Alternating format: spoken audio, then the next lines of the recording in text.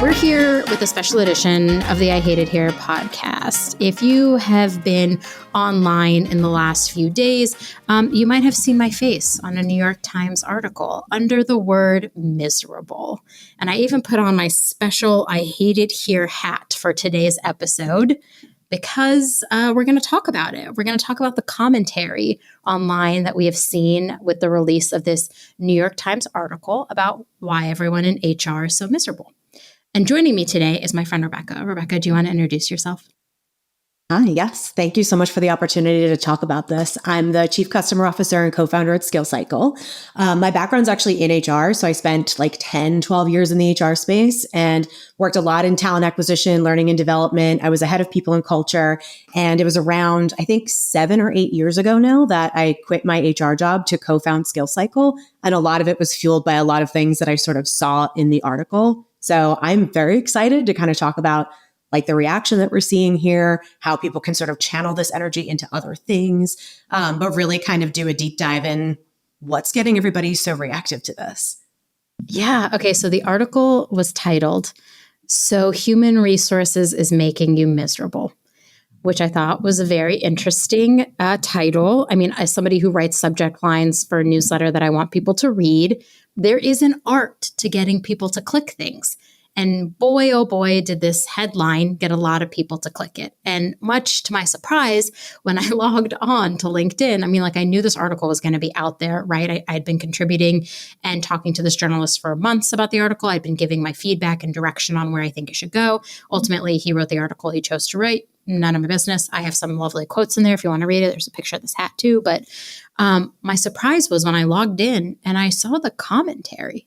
And it's weird because people were posting the article and my picture is the first one. So when they post it, it's my face under the words miserable. And I was like, hey, I have some bad days. I have some good days. I think a lot of people who would meet me would say, she's a pretty happy person. So it was like kind of shocking to see that. And then I was like a bit uneasy about the commentary that was coming from other HR leaders. So what was your immediate reaction when you were reading it? It was funny because I think I texted you as soon as I saw it. I think I was just like, hey, cool article, cool to see you here. And it was almost like, I think my first reaction was in the actual content itself, there was a lot of truth to it in the sense that I talk to HR people all day, every day. I was an HR person. I still sort of identify as an HR person. And there's a lot that can be very challenging to work in that field, right? Like it's very emotionally invested. There's a lot of work that you do to kind of, make sure that you're supporting people in the way that you need to. And so when I first saw this article, I was like, cool, this is cool that we're opening up this conversation in such a public place. Like who else works in a field that the New York Times is writing about? It's like, I don't know if it's so far as to call it pop culture, but it's kind of like HR's pop culture moment. And it was kind of like, I think it was interesting. And then you said that you were getting some interesting comments from it. So I was like, well, let me see what you're talking about. So yeah. I don't know. I mean, I can go into sort of my initial reactions when I started to see people's reactions, but yeah, well, don't worry, because I'm going to read you some of the reactions that people had. We're getting spicy today. So you're reading the article. What were your initial reactions to the comments on the article? How do I put it in sort of like a broad but specific way? My initial reactions were, I thought it was interesting that the first response or a lot of the responses were to invalidate the feelings and the emotions of the people in the article by saying like, this isn't how this goes. This is not what the experience is. This isn't what everyone else that I've talked to has experienced. So therefore, what these people are saying can't be real. And I had this moment where I was like, it's not, if I fall down and I hurt my arm and you're standing next to me and you didn't fall, you're not going to be like, your arm doesn't hurt because mine doesn't. But that was sort of that initial reaction. And then when I really thought about it, I thought deeper and I was like, these are sort of people who work in the HR field who you would think are kind of there to listen to employees who are, a lot of our job in HR is to kind of drive that understanding, to really hear what employees need, balance that with the needs of the business. And to sort of see this initial kind of defensiveness and invalidation of someone being vulnerable and open in a very public way was, I think, disheartening was kind of the first word. And then it went right into frustrating. And that's when I texted you. The text where people were like, oh my God, is this you? So many people were texting me that day. And I was like, oh my God, I didn't need this today. Like I forgot it was going out. But it was like, I honestly, I was shocked. And very few things shock me anymore because, when you do this job long enough, nothing really shocks you. Yeah. But I was like, we're supposed to be the people that have empathy for the employees. And we don't even take a pause to have empathy for one another. And I'm not foolish enough to think we're all having, like, I would never throw a blanket statement out there like we're all miserable. I would never say something like that. But I do think there are a lot of people that are really struggling in this job. And when they go to those comments and they see it, they're suddenly feeling very isolated and very alone because a very loud minority of people felt confident enough and felt the courage to tell them that's not what I'm feeling. So you're probably not feeling that. And that really shook me. Yeah. And I try to do this exercise to sort of assume best intention, just Always. to kind of, let's like reframe this, like assume best intention. Maybe the best intention is to sort of flip the script to say, if you're feeling frustrated, here are things that you can do. Here are ways that you can put yourself in a different mindset. If it was more in that kind of language or thought process, I might not have had as much of a surprised reaction to it, but it wasn't. It was like, no, you don't feel this way. And again, I just kept going to like, do you say this to your employees and then wonder why you don't know what the real challenges are that people are facing? Do you also think that people aren't honest in employee engagement surveys? Well, maybe it's because there's some invalidation happening in a very public way too, by the way. Mm-hmm. And I don't know, I felt very confused and I felt very disappointed, especially because when you look at I feel like there's a bunch of different types of HR right now because HR is kind of going through like this sea change. And I happen to be in a lot of these sort of progressive communities and progressive groups where it is people that are kind of saying the thing that they were afraid to say, seeking community, seeking conversation. And the resounding kind of thing that we do see is that there is a lot of frustration. But what's empowering is that you see people sort of talking their way through it, but you can't do that until you acknowledge that those feelings are real. And then there's sort of this other group of HR that's kind of like, keep pretending that things are a certain way. Like perform this job, perform this persona, perform this philosophy, even if you don't really believe it yourself because you're afraid to acknowledge difficulty or hard feelings. And it just kind of got me thinking, like, where are we headed? Like, where are we headed and what are we going to do with this? Because I think it's really important for us to kind of come together on that. I did not think people sharing their feelings about a job could be so divisive. The comments were just so... it was really, again, I'm not trying to keep saying it was hard, but it was like really hard because I was like, listen, there's also beauty in frustration because a lot of times the people who are frustrated are probably going to try to make something change. And I think I look at all the times I've been frustrated in my career and I think about what does that frustration mean? Why does it show up this way? I've done a lot of thought practices around my anger as a person and why are the things that make me feel angry? Why do they show up? And how does that happen at work?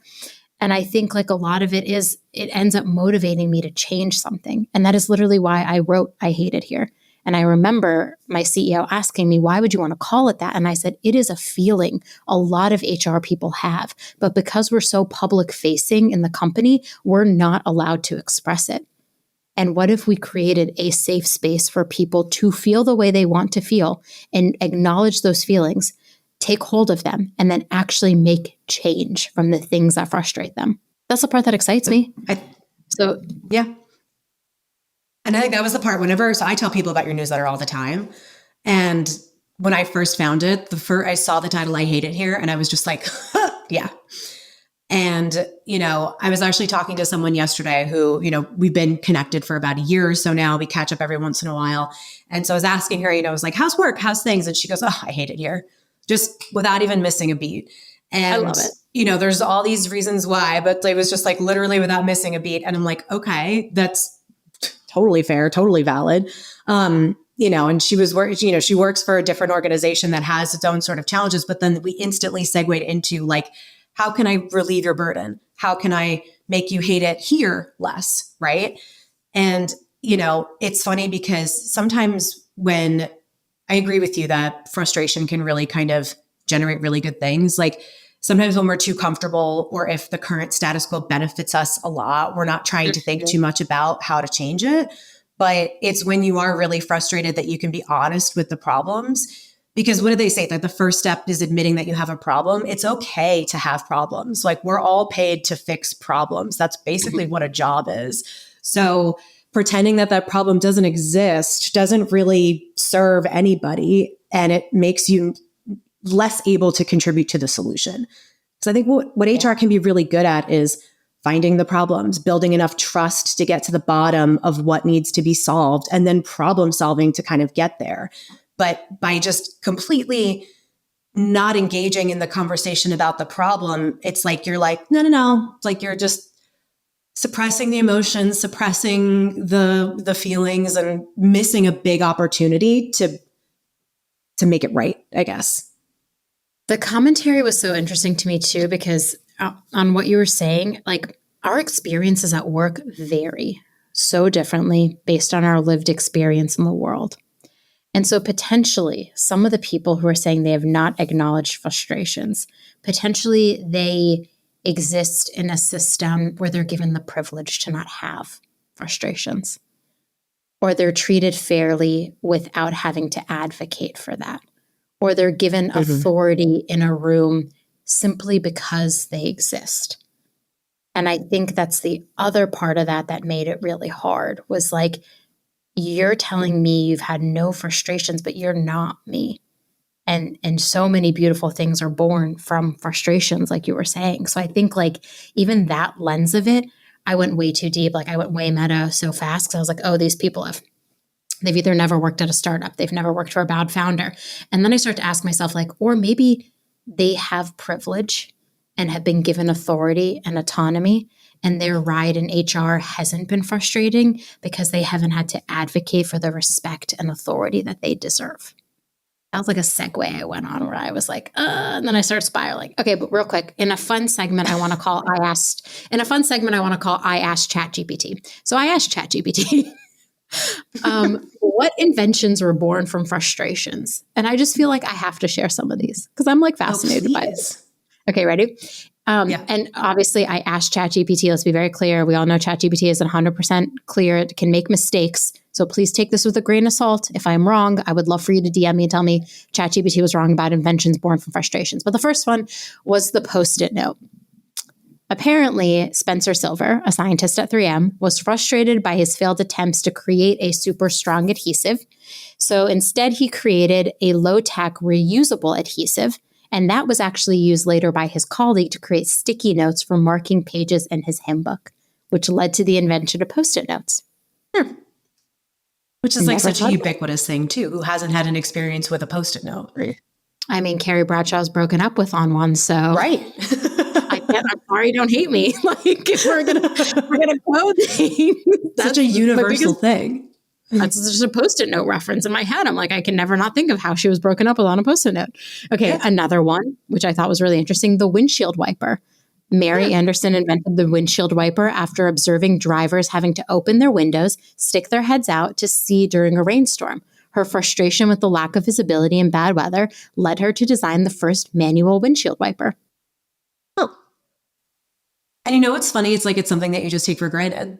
Like it's like I couldn't imagine not having windshield wipers. It's just like you would think, oh yeah, they've always been around because that's how embedded they are in how we function in our modern day society. Is like, how could you even not think about those existing? But she invented it because she was frustrated, or she saw frustration. She saw frustration. Okay, last one. I'll only do 3. I mean, I can ask ChatGPT for more, but these are the 3 that I thought were most interesting. The safety pin. Walter Hunt invented the safety pin as a solution to his frustration with pins used at the time, which were difficult to use and prone to coming undone. His invention offered a simple and safe way to fasten things together. A safety pin. Interesting. Good luck. That's so cool.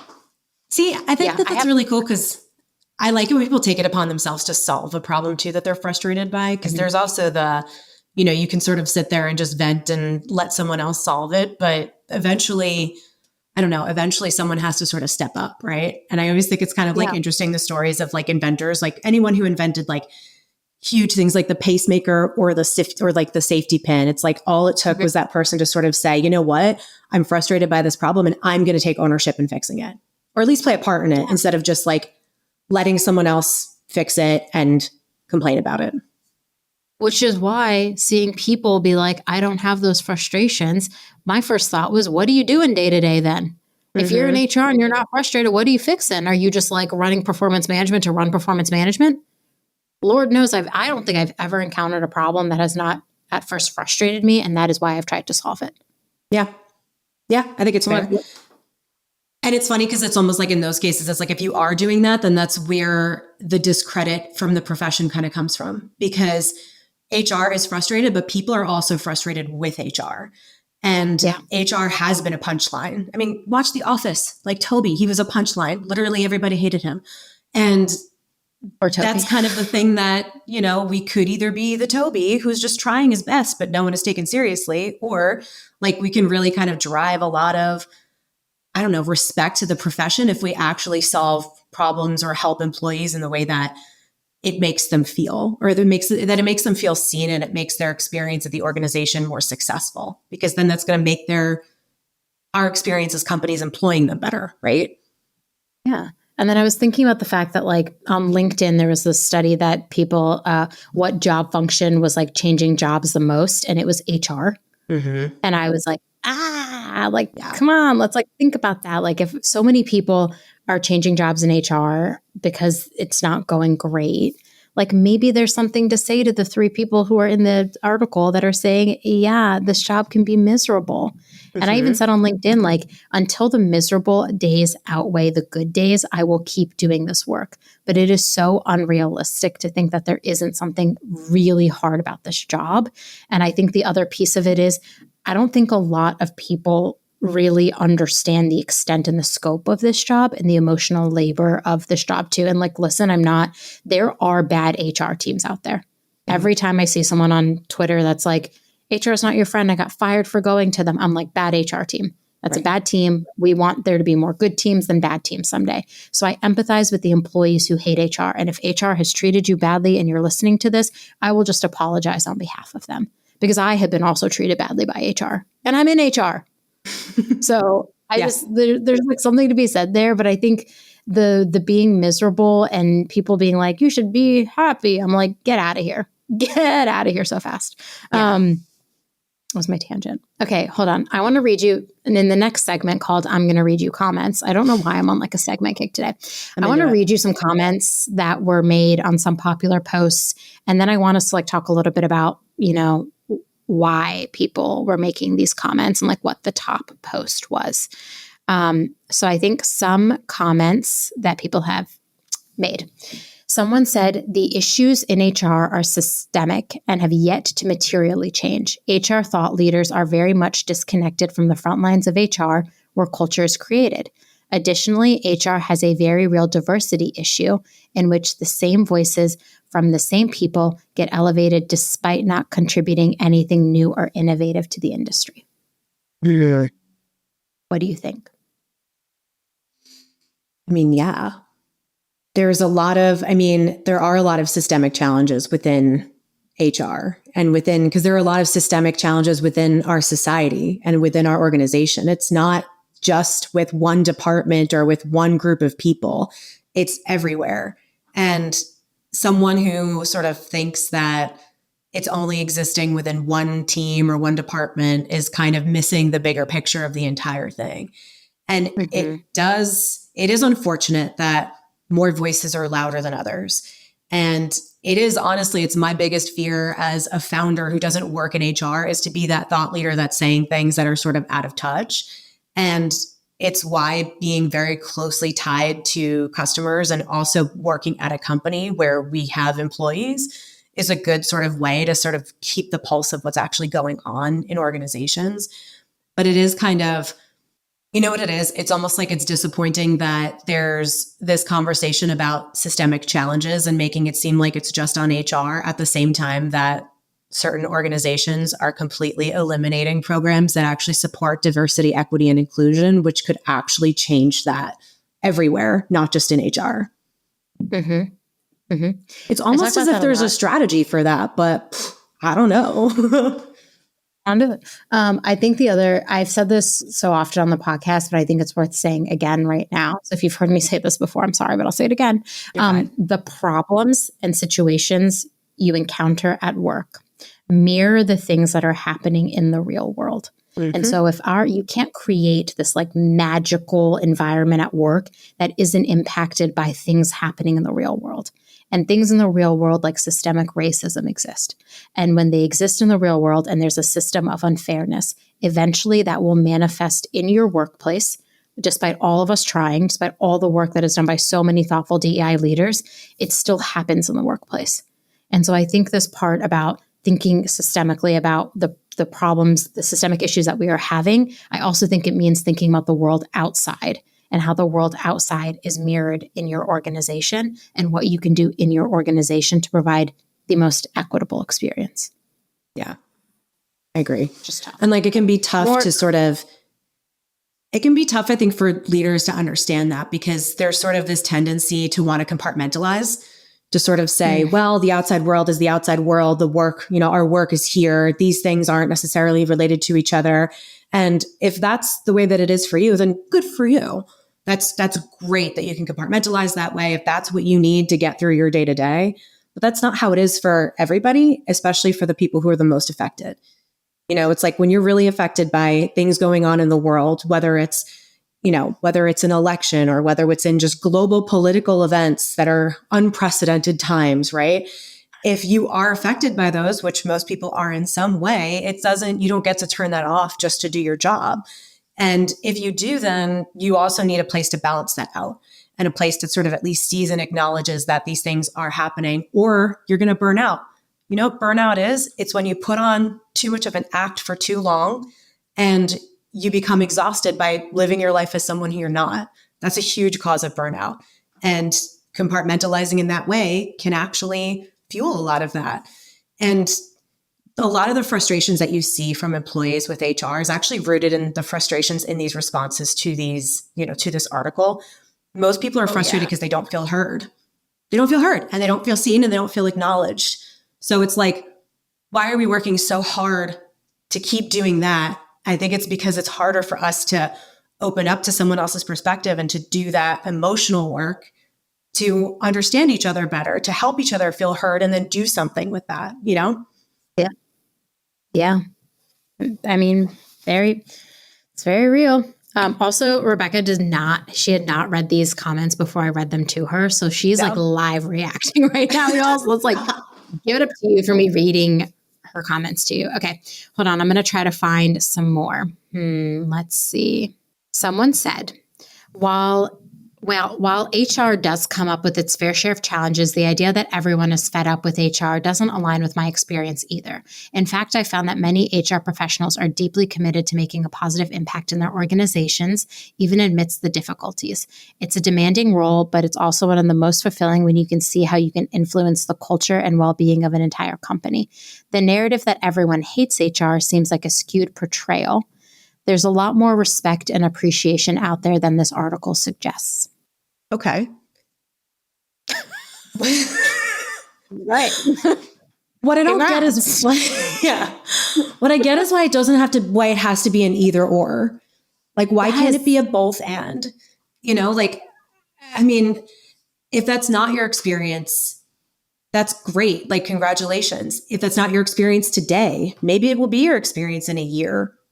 Or maybe it has been before and you've moved past that and now it no longer is because you've established more credibility, more authority, more autonomy to have a little bit more say and control over how your job is done and who you work with. But it's true that it's not everybody's experience. That is true. And I think that we can all agree and understand that hyperbole and ways of expressing things, we don't actually mean everyone hates HR. Come on, use some context clues. Yeah.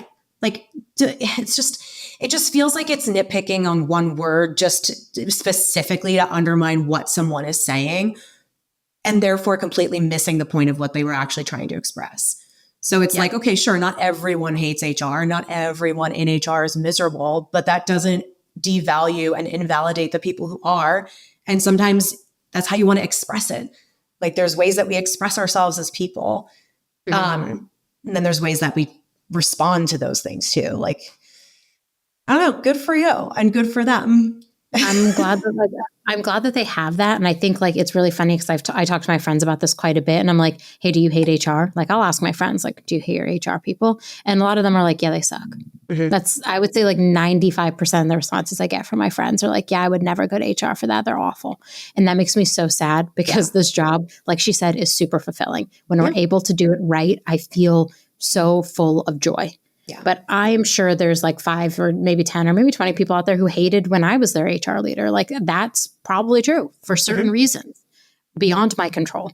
But I also think the interesting thing is like, we start in the negative a lot because of the pop culture portrayal. I'm actually doing a fun podcast episode, spoiler alert, recording it tomorrow, about HR and pop culture and how that has like changed our perception and how we have shown up in pop culture. It's going to be really fun. I'm excited. Yeah, I'm just having a lot of fun this season, as you can tell. Not miserable at all. Not miserable at all, to be very clear. Very happy. Well, you're using it to create content, right? Like, you're using it to bring more words out there. You're putting your energy into something productive. Isn't that the point? Trying to make it. Yeah, that's the whole thing.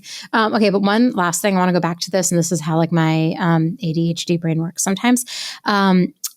There's this interesting thing. Bear with me. This is going to be like very meta, and I'm going to explain it to you. Actually, I don't think this is very meta. I don't know why I'm saying that, but I'm going to explain this to you, and I'm going to explain my thought, and I'm going to hear what you think. 70%, I think the last study was like 70% of HR is women, right? I think that's the stat. The stat feels about right. Sounds about right, yeah.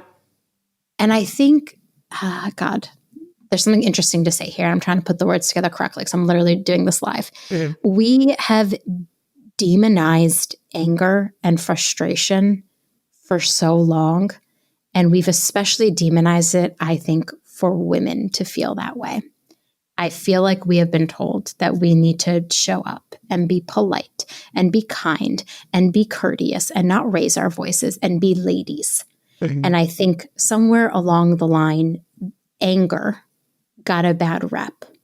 And I think anger is one of the most beautiful fucking feelings on this world because it reminds me that I'm alive and I exist and there's something to be done. Because if I'm angry about something, it probably is either conflicting with my core values. It's not aligning with my lived experience. It's not aligning with my perspective. And then that kind of fuels me to want to change something. But I feel like having 70% of HR be women and frustration and anger being something that's not celebrated often in our culture, I think has made a lot of people conditioned to say, oh, I'm fine. Oh, I'm fine. I'm not angry. I'm fine. I'm not frustrated. I'm fine. I'm not miserable. And I think the thing about me is, yeah, I'm fucking miserable sometimes. And I think there's power to saying how we are feeling. And I'm not going to let people tell me because of my gender maybe, or how I identify, that I'm not allowed to feel a certain way. Yeah. That was my thought. That was my grand thought. It's probably not that revolutionary. Someone listening is like, yeah, Hiba, shut up. Like, no, I think it's validating. If anything, it's like, even if they're like, yeah, that's 100% where I would think that too. Like, I do agree that anger is one of those feelings that's just like, it can be really invigorating because it means that you care about something. And it means that you could be willing to stand for something, or you can just feel anger and just bury it or ignore it and let it bubble up somewhere else and channel it elsewhere. It's me heartburn. I think there's also this, and I'm kind of thinking about this as I'm saying it. We sort of started to touch on this yesterday, but like there is this pressure in HR to be on board with the company and to, reinforce and communicate the company strategy, the company vision, even if you're privileged to have the seat at the table when these decisions are being made, you can voice your own opinion, you can voice your dissent, right? But sometimes you have to disagree and move forward. And sometimes you do have to reinforce policies you don't really agree with, or, things that you don't love, but that's the job. The job is that no one person runs a company. HR doesn't make decisions about everything, and it doesn't make decisions about things in silos, right? And so there is a lot of pressure to sort of show up as the champion of the strategy, even if you disagree with it. And you're the front line for people's complaints. Mostly because, like, if you're lucky, you're the front line for people's complaints, right? If you're unlucky, then they're complaining to each other and you never get to actually get the feedback. But, if you have the chance to hear people out and to, I don't know, to reinforce what they're thinking, it's really powerful. But if you pretend that the way that they feel isn't real, then you're going to lose them. That's where they get frustrated with you. And it's okay. I think, and I sometimes struggle with this too, to kind of find that balance of like, well, how do I get behind something that maybe I don't necessarily disagree with, or that I don't necessarily agree with, but I don't fully disagree with either. And you do almost have to shut a piece of your brain off just to do the job that way. But the beauty of it is, like, you have to be able to balance both. You have to be able to balance the needs and the strategy of the organization with the needs of the employees and find sort of that best way forward. And like, I'll say the thing that I've always thought, I think HR is always going to be the punching bag because you're the safest bet. It's like, oh, I'm going to get mad at my mom. I'm going to yell at my mom, even if I'm actually mad at someone else, because like, I can get mad at my mom. Like, she's my mom. It's fine. And, it's almost like I think HR is always going to kind of be that punching bag, but that's why it's important to acknowledge, like, when that's hard, when it's hard to just keep taking that. And because you can be so isolated in a company, if you don't have anywhere to go to talk about that and to process that and to work through that with peers who you can relate to and understand, you're going to either become so detached that you don't even know yourself anymore, or you're going to lash out and you're going to be that vengeful HR person that's like, I'm going to spite you. I mean, I don't think we have too many of those now, but they exist because people like that exist. So they exist in every job and every profession, Yeah. Yeah. I'm always like, who hurt you? Yeah. Hurt people. Yeah. Especially hurt HR teams when we're the punching bag all the time. What do you think it would take for us not to be the punching bag? Like, nobody rags on finance the way they rag on HR on Twitter. No one rags on product the way that they rag like on product on Twitter. I'm like, is this it? Like, are we just destined to be the butt of every joke? I don't think any department should be a punching bag. Because I think that there's a difference between a department and a person, right? Mm-hmm. So, the only way that we can really kind of actually get to a place where HR is not that perpetual punching bag is that you actually empower people to have real and transparent conversations, because the organization can handle it. I mean, not to make everything about emotional intelligence, but that is like, if you have one skill in your entire life, this is the one. EQ, emotional intelligence. Know how to hear and understand someone else, know how to be there for another person. Because if employees find that they can talk to each other and find that community, find that alignment, and then bring a meaningful thought or a meaningful complaint or a meaningful idea to the people who have the authority to make that idea come to life, that's where you get really interesting stuff. And, the way you don't become the punching bag is you also upskill your managers and your executives and your leaders so that employees have other people to go to. So it's not like, oh, they're going to product to complain. It's that they're going to their chief product officer, because that is a human person who that just happens to be their job. But they're equipped to handle emotions. They're equipped to handle employee conversations or things that employees need to say. It's like, when HR isn't the only person with EQ in a company, you're going to see that people can actually have more meaningful conversations together and do something about it. Yeah. I love that. I don't want down with being HR's punching bag. Yeah. I don't want to be it anymore. Yeah. Okay. Now I have some more comments to read to you. So I'm going to keep going. Let's do it. I'm having so much fun. This one I don't love. What a bunch of whiners. Every leadership job worth doing is hard and sometimes thankless work. The best HR leaders I know and work with don't whine. They do great work. Just like the best CEOs and other C-suite leaders I know work with. They don't whine either. Let's step up our game and get back to being great HR business leaders and leave the complaining to someone else.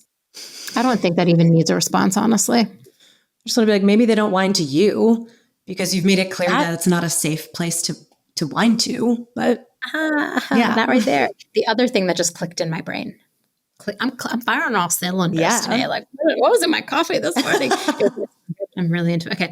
The thing that clicked in my head is that, to me, that comment represents somebody who I feel like would tell their HR team, like feelings, we don't need to talk about our feelings or you don't need to be vulnerable. I really think that in the last 10 years, when we have started talking about leadership, we talk about people being vulnerable as leaders.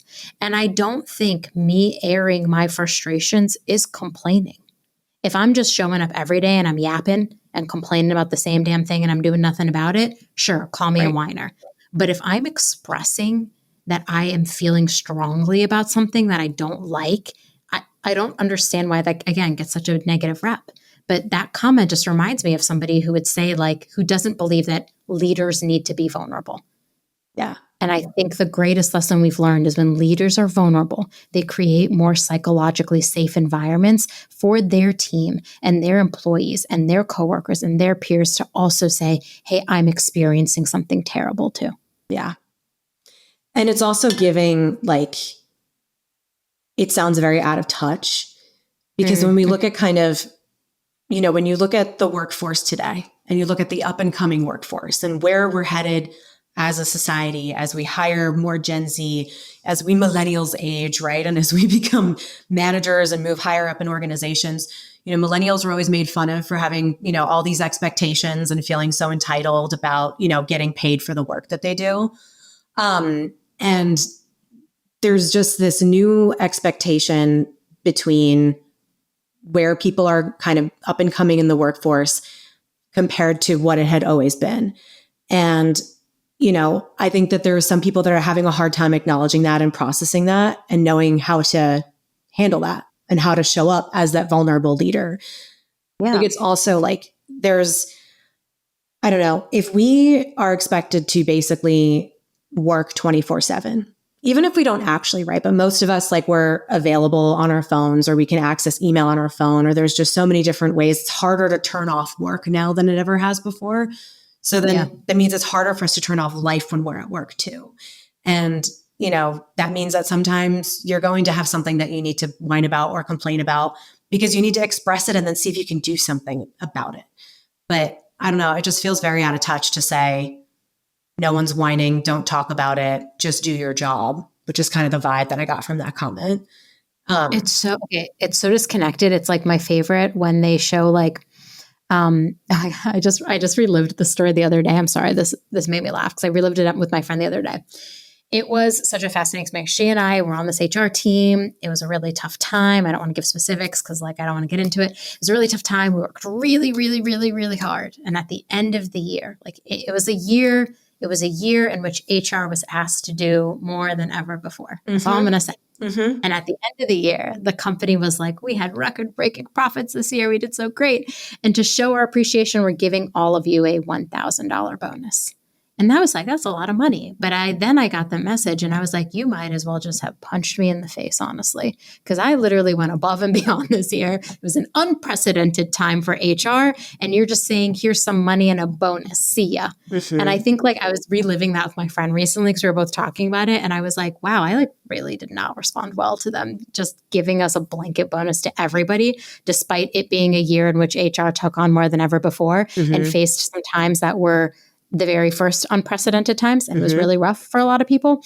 And I just felt like the disconnect there. I'm not ungrateful. They did give us money. It was very kind of them to give us money on record-breaking profit years. But I do think there's a disconnect there sometimes between when executives get so far in their career that their experience is so far from the day-to-day of what's actually happening, that them saying something like, you shouldn't complain and you shouldn't whine, is kind of just like a slap in the face. It's like, why are you laying us off from your vacation hotel in Hawaii? Yeah. Like, it's giving no.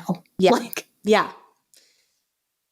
And it's also like, if you're not encouraging discussion and discourse, then you're also going to turn around and ask, like, why are people quitting? Why do we have horrible reviews on Glassdoor on our website? Why is it really hard for us to hire people? It's like, well, it's because you didn't listen to them when they were here. And you didn't acknowledge the fact that maybe there was some things that you could do to improve.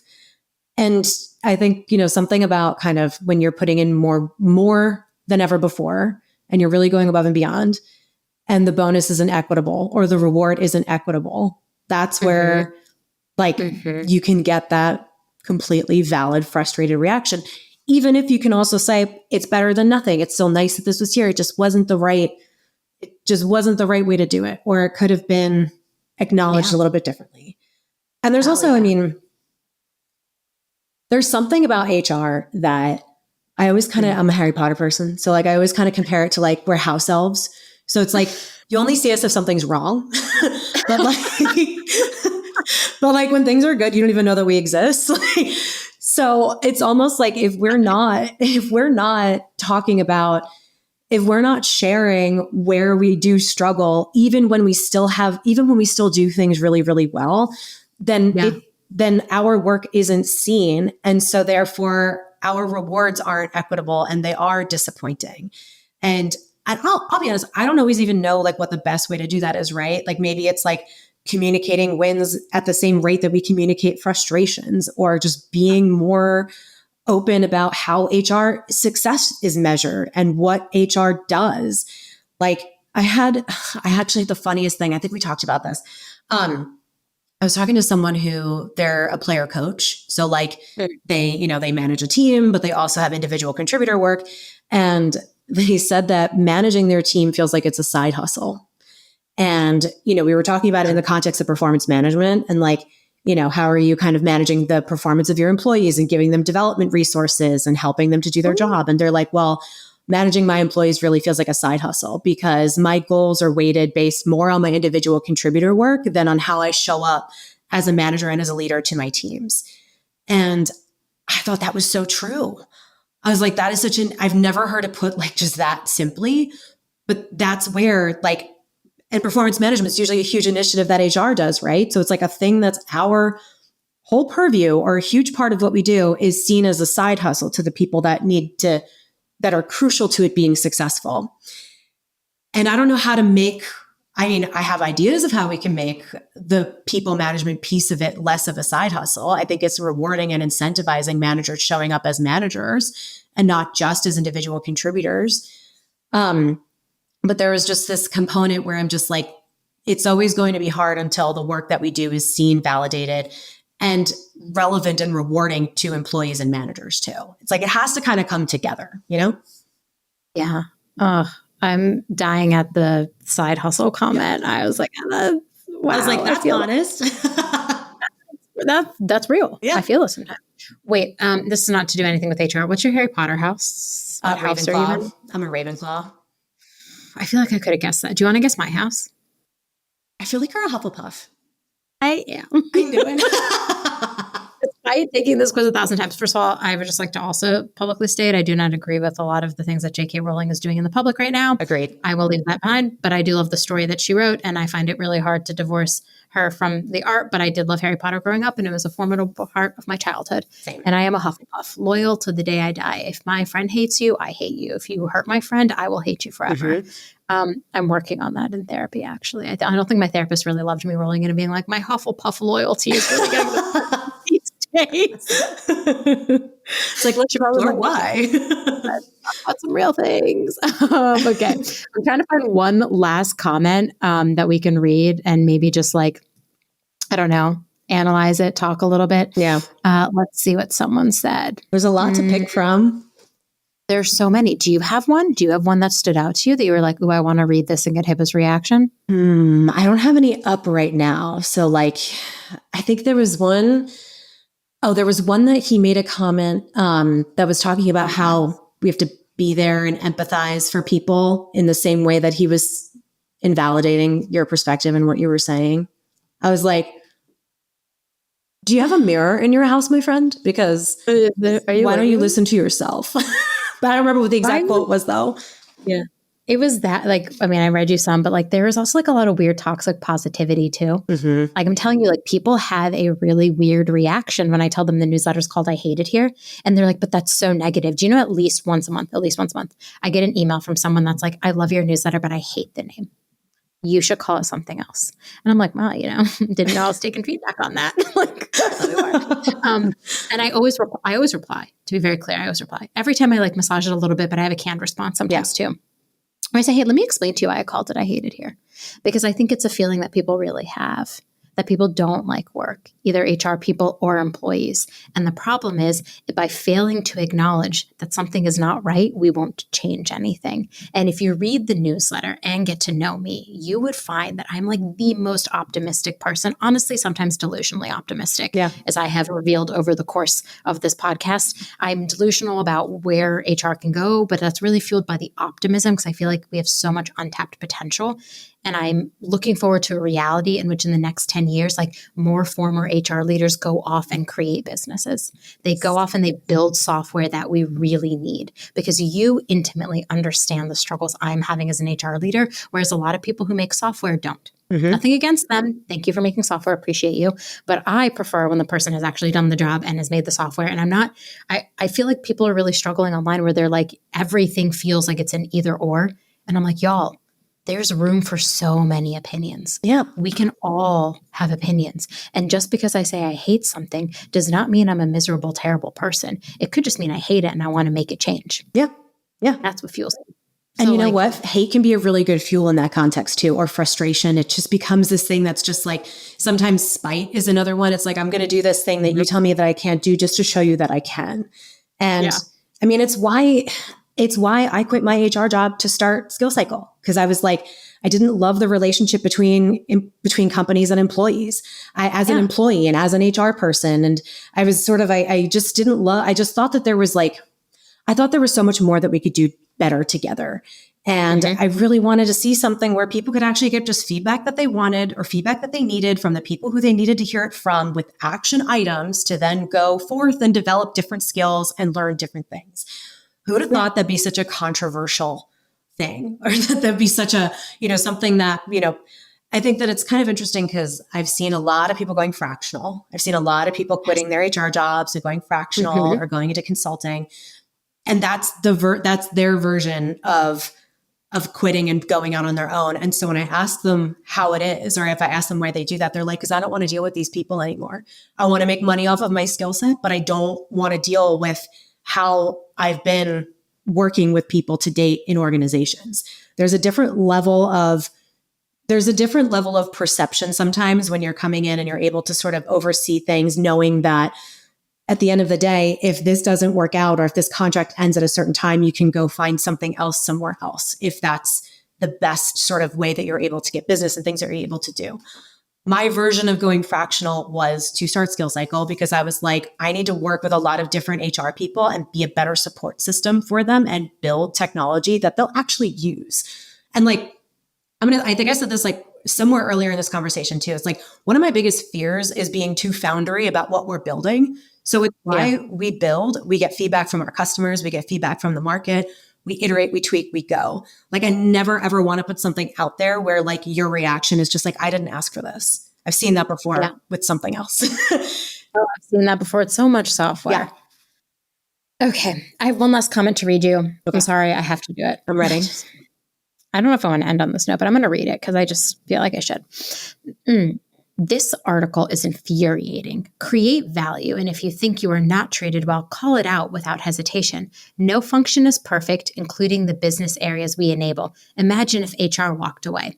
Good luck. What? I think that's my only response right now. Wait, what? I almost can't even tell what they're trying to say to an extent. I was like, what are you infuriated? Why are you infuriated? Yeah. Why are you infuriated? It's just interesting. Yeah. It's if you're, what was it? It was if you don't like it, add value. Wasn't that sort of the first part of the comment? Yeah. Or walk away. And I'm like, hey, a lot of people need employment to pay for their lives and can't walk away. Wait, what? I had no idea.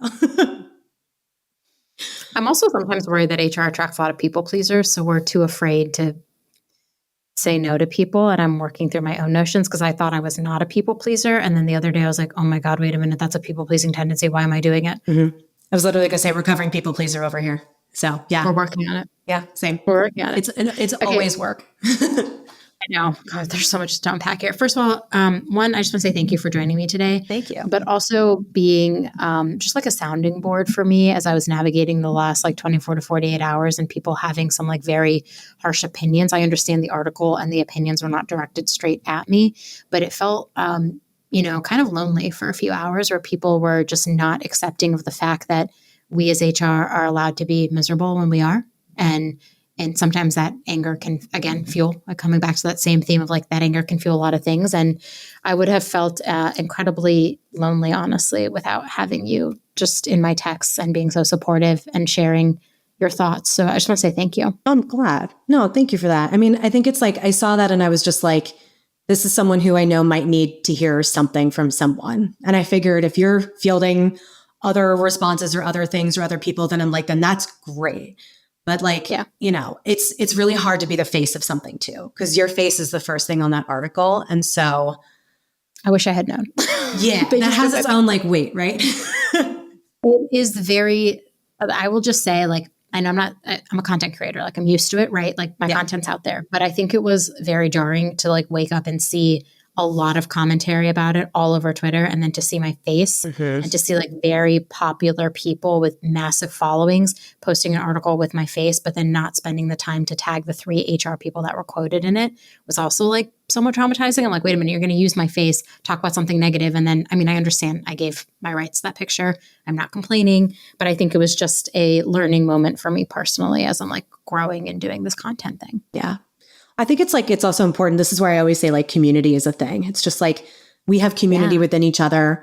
Like you have your community, your safe space community, I mean, like other communities too. And just like, I think that is the thing that can make like our HR tendencies be really strong. It's like, we know when someone needs to show up for someone. And, I'm glad that I could be here now. And I hope like one day if it's my face that you'll be like, yo, let me give you some advice here. It's your face when everyone's really mad about the word miserable. Like, I just thought it was funny because I said it to my family and my family was like, LOL, like your face underneath the word miserable. And I'm like, oh my God, why? Well, people take things so personally though. And then they love to have a person to make, to sort of channel all of that at. And like, it's unfortunate that it was you. It would have been unfortunate no matter who it was, right? Like, I don't wish that it was anybody else either, but I know you. So I'm sorry that it was you. I mean, that comes with the territory. And I'm in conversations with Kyle and Vanessa, the other 2 HR people in the article, to actually join me for a podcast episode where we're going to talk about our experiences in being interviewed and what it meant for us and the untold story that we wish was going to be told. Ooh, so that'll come, that episode will come later. I'm very excited about it. So that's happening. And at the end of the day, it's PR, like it's good exposure to get more people to the I Hated Here brand and they can join us in safe space. The community, actually, I have a discount code. If you use the word HR love, you actually get a discount code to join us, but that's safe space. Rebecca, what's another one of your favorite communities? I know you have one, so I'm waiting to hear. Oh my God. Troop HR is another one of my favorites. This is just like, I think that the thing that's so nice about safe space and Troop HR especially is that there are real conversations happening in there. And, it's always funny because I'm always there as a vendor, right? But I try not to be a vendor. But even like in those contents and in those sort of conversations, there's just a lot of really cool problems to talk about and things to do. And like, I think my favorite thing is when you see someone come to one of those communities, whether it's Troop HR, whether it's Safe Space, and they come with like a vent or a rant. And then within like an hour, all of a sudden they have a whole problem. They have a whole problem solving plan. They have a whole solution. Like, I think it's just so absolutely powerful. But yeah, Troop HR is my other one. I love it. Communities are so important. You just got to find your people. I'm all about finding your people. Anyways, thank you again for joining me today. I'm so grateful for you. And everyone, please check out Rebecca and SkillCycle. Thank you, Emma. Thanks for having me.